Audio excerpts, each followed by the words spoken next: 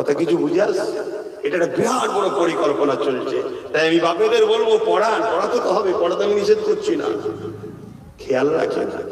এমন ঘটনা ঘটেছে, পাপ করার পরে সন্তান এসে গেছে, বাপ মা জানতে পেরেছে, চুপি চুপি বিবাহ দিয়ে দিয়েছে। ওই সন্তানটা আমার কওমে জন্ম হবে না? হবে না?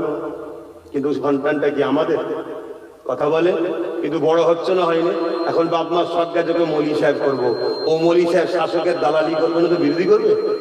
কথা বলে। আই দেখেন এখানে আবার খেপড়ে গেল নাকি? এরম দালাল মৌলী সাহেব আছে না? নাই, আজকেও দালালি করছে, এখনো। ঠিক আছে, নাই ভুল বুঝেছিল, বুঝেছে, এখনো দালালি চলছে। এরা হলো ওই ধরনের সব প্রোটেকশন। কথা বুঝে আসছে? হ্যাঁ, কোনো অসুবিধা নেই। আমার কাছে মসজিদটাকে মৌলী সাহেব আগে নয়, আমার কাছে কোরআনটাকে মৌলী সাহেব আগে নয়, আমার কাছে মাদ্রাসাটাকে মৌলী সাহেব আগে নয়। হ্যাঁ, যে মৌলী সাহেব হকের পক্ষে, ন্যায়ের পক্ষে, মোহাম্মদ